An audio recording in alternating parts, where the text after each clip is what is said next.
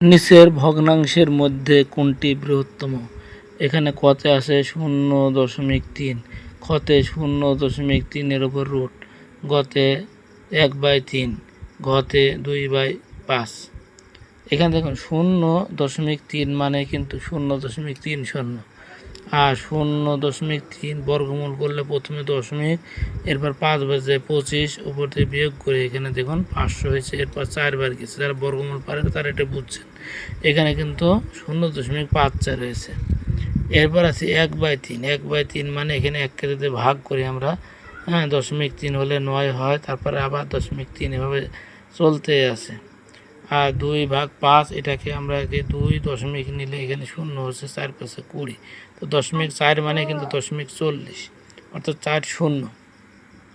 তো এখানে দেখতে পাচ্ছেন, তাহলে এটা হচ্ছে 0.54, অর্থাৎ এই বর্গমূলটা হলো সবচেয়ে বড়।